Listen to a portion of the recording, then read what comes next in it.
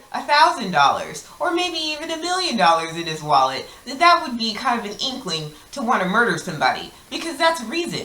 But no, he just had $38, and I felt like, yeah, I could do that. What's up, everybody? Citizen Kimberly here. Welcome back to the channel. And now it's time for an episode of Netflix and Chop, where we slice open and dissect the featured film. Today's feature we're going to be discussing is a 1998 suspenseful thriller, a crime killer, titled The Interview. So the story starts off, and first thing we see is a window. So we're zooming out very slowly, very closely on this window with lace curtains. And then we kind of get an overview of what we're looking at, and it is a disgrace. There are piles of newspapers over to the side, stacks and stacks of browned, aged newspapers. And then we get kind of a panoramic view, and there's a soiled brown mattress upon which there is some sort of a man that is sleeping there. He's curled up like the sleep is luxurious on this brown mattress in this squatterly, sullen, kind of almost wrecked house that he is sleeping in, or apartment. The next thing we see are footsteps. Polished patent leather footsteps, stepping very quietly and cautiously. And then the two scenes intercede.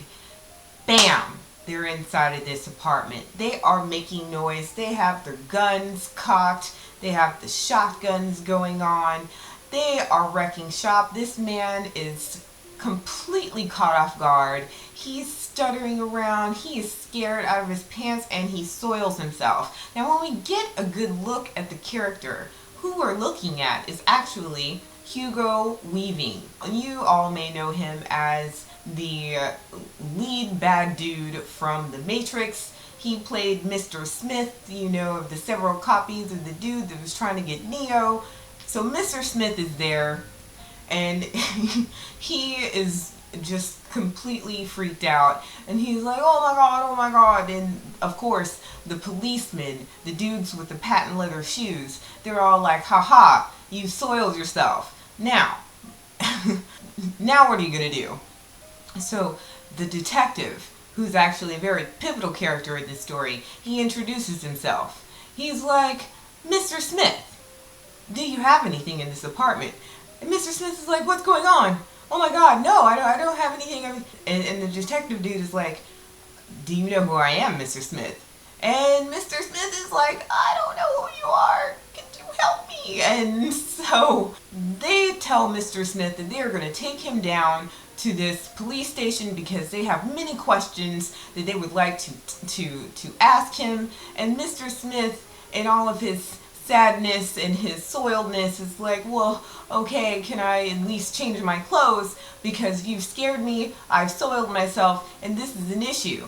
The policemen have no heart. They kind of scoff and laugh and throw some pants at him. Mr. Smith is then forced to get naked in front of these people that have interrupted his disheveled and unscrupulously unclean living situation, to which he was having a great sleep. Anyway, so he goes down to the police station, and of course the setting in the police station is a blue-gray, kind of cold, almost it's the whole movie has this 1950s, early 1960s kind of like skiddly-doo kind of feeling to it, where everybody's hair is slicked back and people are still wearing suspenders, and everything is kind of larger than life, skyscraper-ish. So we get back to Mr. Smith, aka Hugo Weaving's character, who's sitting very nervously at this table in this kind of blue-gray greenish tint room, where the detective comes in, and he's got his little recorder, and he's like, okay, we're going to commence this interview right now, and I am talking to Mr. Smith, and here we go. The detective starts off really weird, asking Mr. Smith, hey, do you know anything about this missing car? And Mr. Smith is like, wait a minute, so you interrupted my peaceful kind of disheveled squatter-esque living situation about a car, a stolen car. This is ridiculous. So they offer Mr. Smith a cup of coffee. And Mr. Smith is drinking his coffee and he is really upset, but yet he's got this peaceful, like, I'm a sweet, upstanding citizen who has just been, my rights have been taken away from me by you coming into my place and ruining my sleep and disheveling my already disheveled home, and I have an issue with this. But the interview still commences with this detective who's this hardcore dude who is dead set on kind of drawing out these miscellaneous questions that have to do with this car that is owned by this man who we later find out is missing. So the back and forth continues, to which Mr. Smith, Hugo Weaving, aka the Matrix dude, is just like, can I have some food? I have been here for hours doing this interview. You've given me nothing but coffee. I haven't eaten in almost a day. May I have some food? And they're like, yeah, sure. We'll get you some food. But still they commence with these questions and this continuous kind of back and forth suspenseful dialogue goes on between Mr. Smith and the lead detective dude. Now we have a little backstory on the detective dude. He has got some issues. There has been some scandal going on with this detective dude within his police area. People have known him to kind of go against the grain, to do some things that are known to be against the rules. So he is actually fighting for his reputation. So he is gunning for Mr. Smith to cave and admit to these things which haven't actually been disclosed yet by Mr. Smith or the detective, but he is trying to get Mr. Smith to admit to certain crimes that have been committed that are linked to this missing car that he is questioning Mr. Smith about. So the detective dude, he's really trying to get himself together and to make this case work by any means possible. Meanwhile, we're going to flash to Mr. Smith, who is sitting very lonely. He's cold. He's staring at the window. He's looking at this coffee. He really wants his food, but yet nothing is happening, and this kind of continues on throughout the film. Now, there is this point where Mr. Smith kind of caves in, during which they're having this conversation about death and murders and how, you know, things like that can happen, and actually you might need a reason, you might not need a reason to kill somebody. Some people just do it just to do it. So Mr. Smith is like, look, alright, I'll make you a deal. I'm going to tell you how I killed X, Y, and Z, and how I got rid of this dude whose car you said I sold. I'm going to give you all of the details, all of the juice, if you just give me my meal, because I'm really hungry.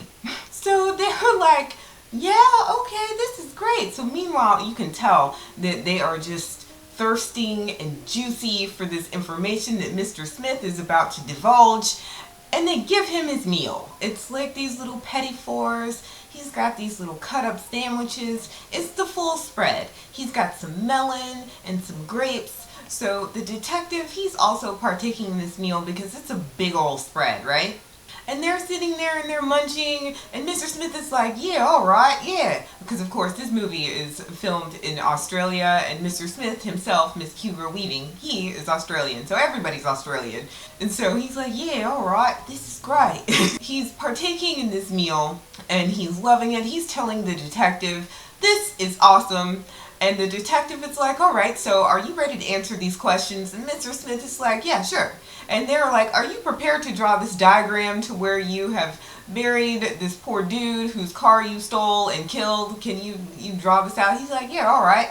So Mr. Smith goes into detail about how he's hitching on the road. Of course, he's already told them that he had no money. He's basically homeless, and he is just trying to get to this destination where this poor dude in this car has taken pity and picked him up and has bought some alcohol. They are bonding together, and he randomly sees that this dude has $38 while they're picking up some petrol, some gas. While they're picking up petrol, he sees that the unsuspecting dude with the car has $38 in his wallet, and he's like, that's kind of when I got the idea to murder this man. It's really kind of random. You would think that if the guy had $1,000 or maybe even $1 million in his wallet, that would be kind of an inkling to want to murder somebody, because that's reason. But no, he just had $38, and I felt like, yeah, I could do that. So, of course, the detective, while we're flashing to this whole scene where Mr. Smith is describing, he's sitting there with the dude whose car he stole, and we go back to the present moment where he's sitting with the detective, and the detective is looking like, oh my God. So Mr. Smith continues on with the story, and he's like, okay, we drank this whiskey, and I passed out.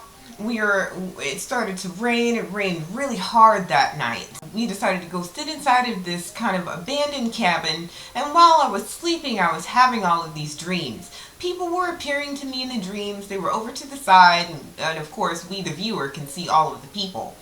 And he's like, randomly, I just felt like I got hot, and I had to get up, and I just started swinging. He's like, I don't even know if I was aware of it or not.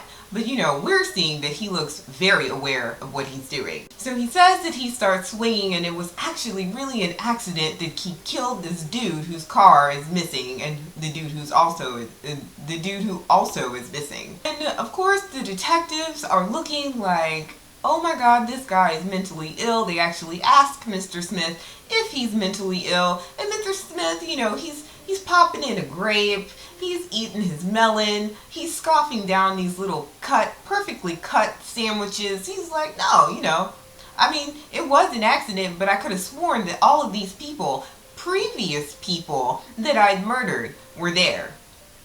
And the detectives are like, yas, this is gold. This man has confessed, I'm a winner. The detective is like, we're number one. His sidekick, the detective sidekick, he's like, we're number one. And they let Mr. Smith continue on with his story and eating his sandwiches. And so they all go off and they're like, yes, we have everything on tape. And this is a beautiful thing. So more or less, at this point in the film, we get to see what happens with the detective and his victory, or is it a victory? And now I'm going to leave you guys with that. I'm going to stop with this plot analysis, and I'm going to go straight into my thoughts on the film. So, this movie was filmed in 1998, as I have previously disclosed, and upon watching it, it's like, wow, I really enjoyed viewing this film. Now, in all of the glory of the 90s, who would have thought, because this is definitely an overlooked film. I totally hadn't seen it until I happened to find it on Netflix. I was just in the mood for it, and sometimes we can get a little bit cheesed out by previous decades, previous periods in time. But sometimes we can get totally blown away by the structure and the creativity and the writing and just the overall feeling of a film. And so while I was watching the interview, I was struck by how powerful the actors were, how very smart and brilliant the tension and the writing and the dialogue and even the shots that may or may not be to someone's liking. Like, I can see the movie is highly influenced by the 90s. You can even tell with some of the music that's interjected. It may remind you of the kind of music that might be in a series like The X-Files, but then they kind of interject some really powerful, accentuating, suspenseful music that could be found in, Legends of the Fall or something like that. It was really good, and I really appreciated all of the shots that were close up. It's like the director really knew how to intensify scenes, almost in a Alfred Hitchcock kind of way. And that's what I'm going to say. I'm going to say that this film really reminded me of an updated version of an Alfred Hitchcock themed film or part of the TV series where everything is really super dramatic and larger than life. And another thing that surprised me was the depth and the range of acting by Hugo Weaving. This dude was really good. And it's really sad. I was thinking to myself, I was like, man, that's really sad that Hugo Weaving didn't play more of a lead character in different films. Most people know him as Mr. Smith, but it's like this dude has range because I only knew him from The Matrix. And it was good to see him in such an intense role. Also, the detective and his sidekick, they played some of the most hardcore, like almost like gangsters. It was really cool. Like I have many good things to say about the interview. If you are into crime thrillers that definitely, aren't in your face with brutality and grossness, and it's not over the top. Everything was really subtle, and you know what, the entire film actually did remind me of a play. And I can tell that this film had to be sort of low budget because there were only several different shots or several different places or sets where the movie was taking place. So, one was, of course, the police building, the other was the desert area, and then we had the disheveled Mr. Anderson's, apartment, or Mr. Smith's apartment. And I really liked that. So it was definitely like watching a stage play, a very intense stage play where each character, except for the sidekick, have these drawn out, really intense monologues. And it couldn't have been carried off any other way than how these actors did it. So kudos to the writer and director and the actors of the interview. This movie was delicious. I would recommend it to anybody who likes drama or anyone who likes mind-bending or psychological thrillers. This one will do it to you. This one will do it for you. It also reminds me of Primal Fear. I do believe they probably came out around the same time. I'm not sure which one came first or if they actually came out at the same time, but they definitely remind me of each other. If you liked Primal Fear and you saw that with Edward Norton, you'll definitely like The Interview. So, that's going to do it for this video. I hope you enjoyed it. I hope you're having a spectacular day. And, as always, until next time, if you're into it, watch it.